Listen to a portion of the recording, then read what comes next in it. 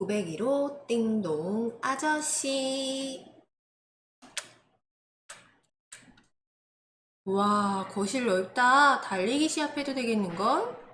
한이는 쿵쿵 뛰며 거실을 돌았어요. 그러게 10층이라 그런지 경치도 참 좋구나. 엄마는 베란다 창문을 열며 말했어요. 오늘은 산이네 가족이 101동 1001호로 이사 온 날이에요. 산이네는 시골 마을에서 이사 왔는데 아파트에 사는 건 처음이에요. 하나, 둘, 셋, 쿵! 산이와 별이는 소파 위에서 거실 바닥으로 멀리뛰기, 아니 멀리 날기를 했어요. 쿵쿵쿵쿵! 거실은 마치 큰 북을 치듯 시끄러웠어요.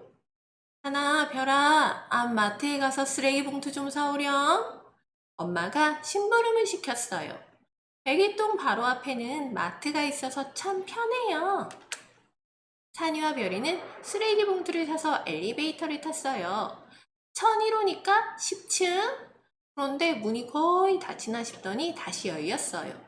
무뚝뚝해 보이고 조금은 무섭게 생긴 아저씨가 안으로 들어섰어요. 아저씨는 9층 버튼을 눌렀어요.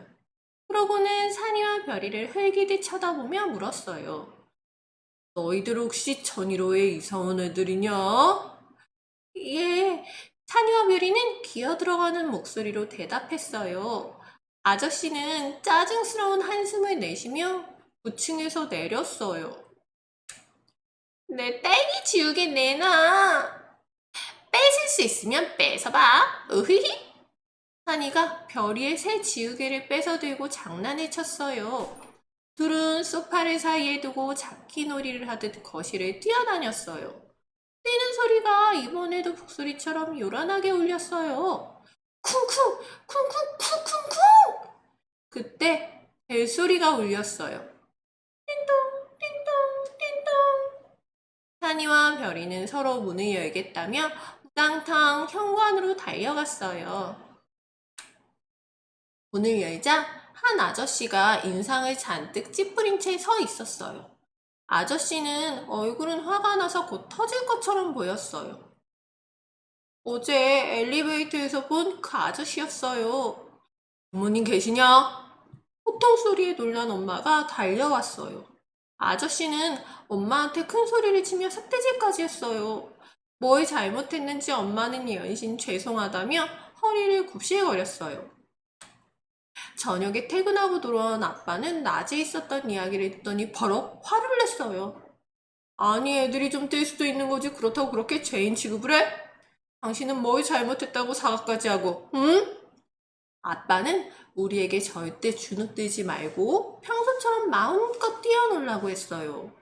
그런 아빠가 엄청 듬직하고 멋있게 느껴졌어요.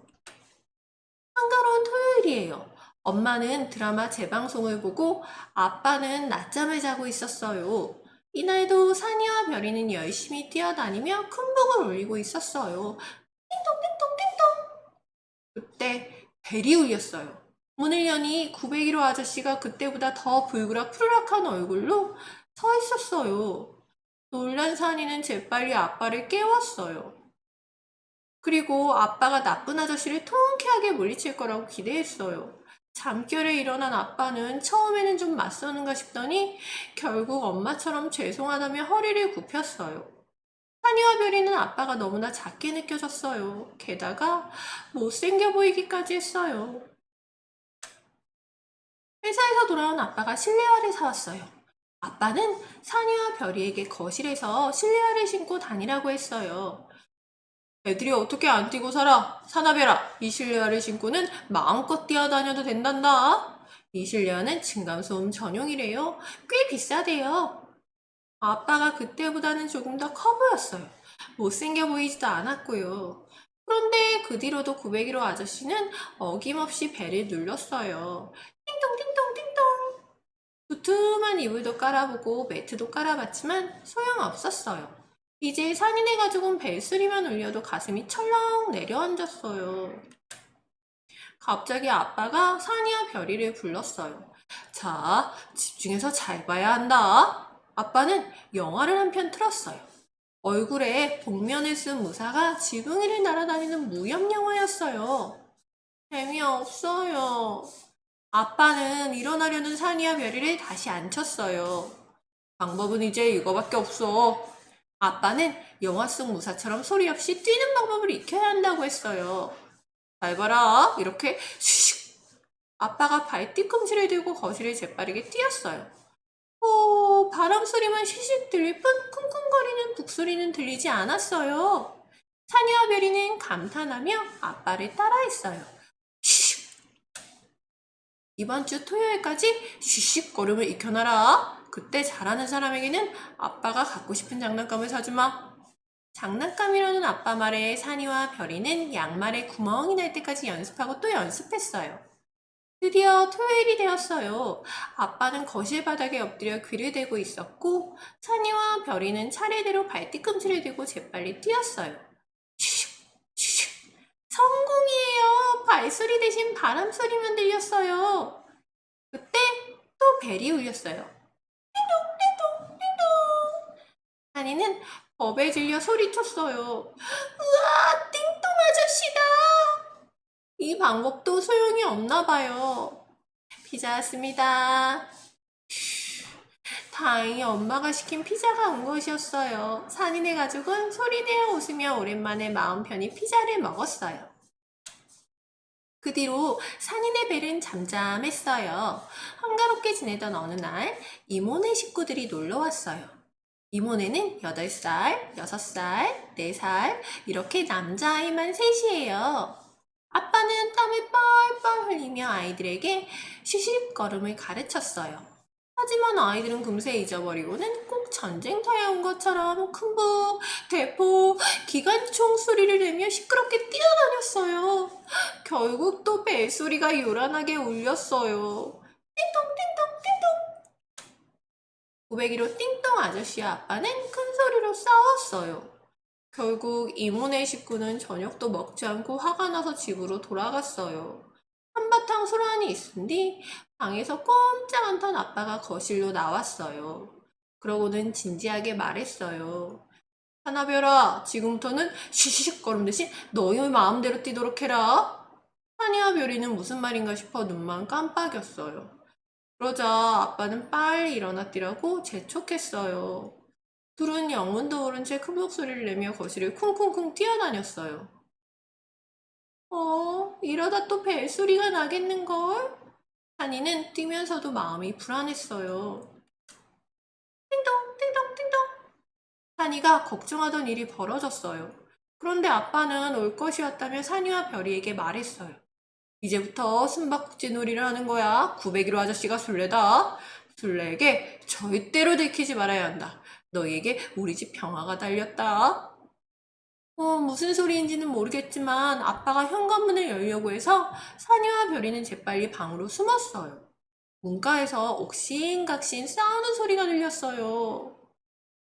우리 애들은 아까 이모네 따라갔어요. 지금 우리 부부밖에 없는데 대체 왜 그러는 겁니까? 아빠는 우리가 집에 없다며 거짓말을 했어요. 거짓말 말아요. 어디 확인 좀 해봅시다. 501호 아저씨는 막무가내로 안에 들어오더니 방마다 확인하고 다녔어요. 아저씨는 마지막으로 산이 방문을 확 열었어요.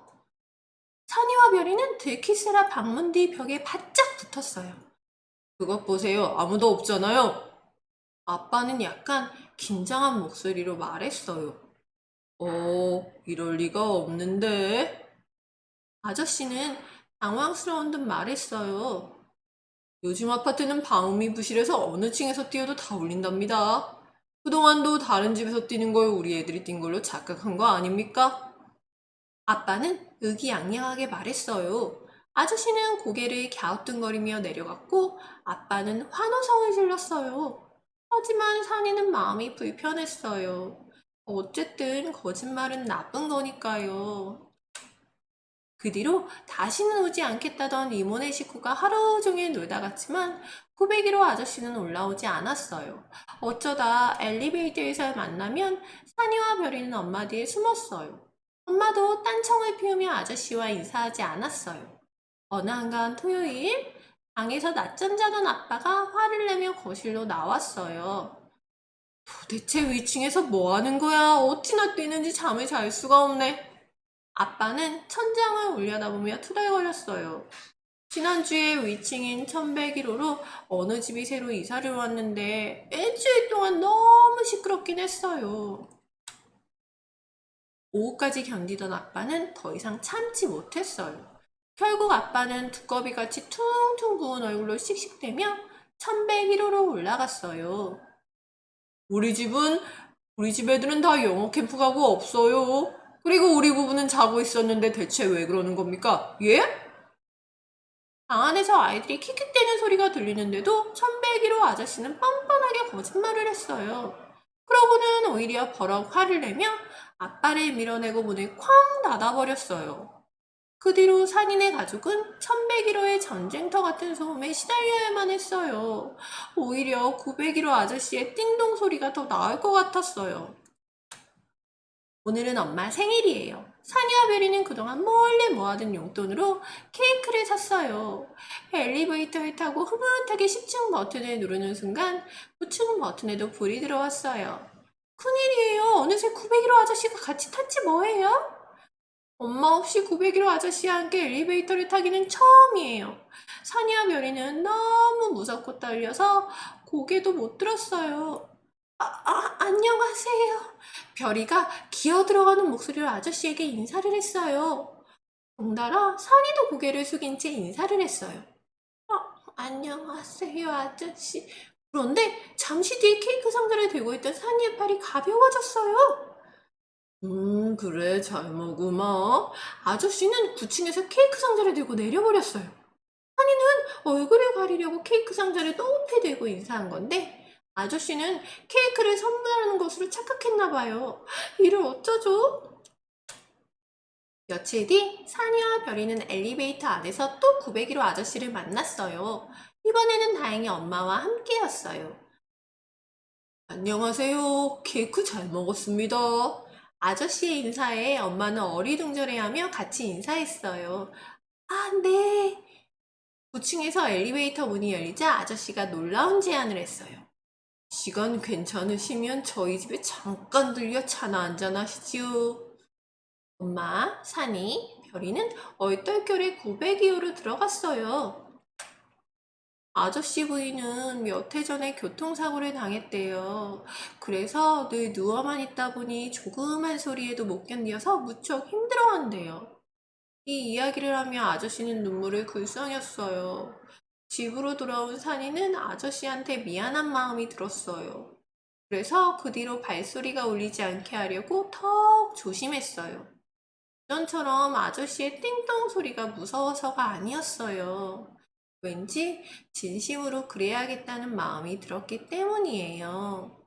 이제 산이는 엘리베이터에서 아저씨를 만나면 반갑게 인사할 수 있을 것 같았어요.